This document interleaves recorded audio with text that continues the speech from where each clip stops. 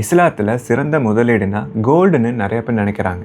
Even social மீடியாவில் finance பற்றி பேசுகிறவங்க கூட இப்படி ஒரு கருத்தை சொல்கிறத கேட்க முடியுது. இது உண்மையா இல்லையான்னு பார்ப்போமே. அடிப்படையில் இஸ்லாத்தை பொறுத்த வரைக்கும் தங்கமும் வெள்ளியும் பணம் பரிவர்த்தனை செய்கிறதுக்கும் பொருளுடைய விலையை நிர்ணயம் செய்கிறதுக்காகவுமே அல்லாஹ் தீனார் தினஹம், அதாவது தங்கம் மற்றும் வெள்ளி காசுகளை படைச்சிருக்கான்னு இமாம் கசாலி ரஹமத்துல்லாஹி அலைஹி சொல்கிறாங்க.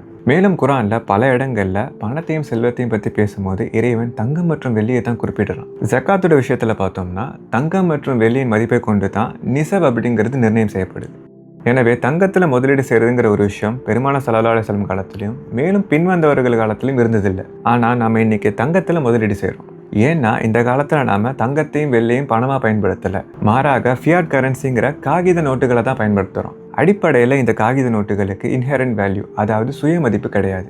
எனவே வருஷம் அதோடைய மதிப்பு இழந்துக்கிட்டே போகுது. இதைத்தான் பொதுவாக நம்ம இன்ஃப்ளேஷன், பணவீக்கம்னு சொல்கிறோம். ஸோ நம்ம செல்வத்தோடைய மதிப்பை பாதுகாக்கணுங்கிறதுக்காக நாம் பணத்தை முதலீடு செஞ்சு அதை மதிப்புமிக்க பொருளாக மாற்றி வச்சுக்கிறோம். இதைத்தான் நம்ம மார்க்கமும் செய்ய சொல்லுது. அப்படி செய்யும்போது பலர் இதை தங்கமாக்கி வச்சுக்கிறாங்க.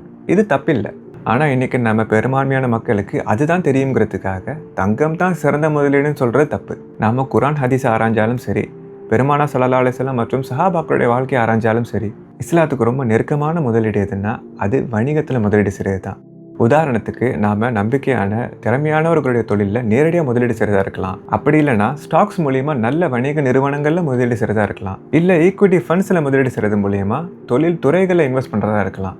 சஹாபாக்களில் பணம் படைத்தவர்கள் அவங்க தொழிலில் முதலீடு செய்கிறது மட்டும் இல்லாமல் மற்றவங்க தொழிலையும் முதலீடு செய்வாங்களாம். இதை ஷரியத்தில் முதாரபான்னு சொல்லுவோம், அதாவது ப்ராஃபிட் ஷேரிங் பார்ட்னர்ஷிப். ஒருத்தர் பணம் போடுறாரு, இன்னொருத்தர் உழைப்பை போட்டு வணிகம் செஞ்சு லாபம் ஈட்டுறாரு. இதைத்தான் இன்னைக்கு ஈக்விட்டி இன்வெஸ்ட்மெண்ட் இல்லை ட்ரேட் பேஸ் ஃபைனான்சிங்னு சொல்கிறோம். மேலும் பெருமானார் ஸல்லல்லாஹு அலைஹி வஸல்லம் சொன்னாங்க, 10ல் 9 ரிஸ்க்கு வணிகத்தில் இருக்குன்னு. நீங்களே பாருங்கள், உலகத்தில் எதிலிருந்து அதிகமாக செல்வம் உருவாகுதுன்னு வணிகம் மூலமாக தானே.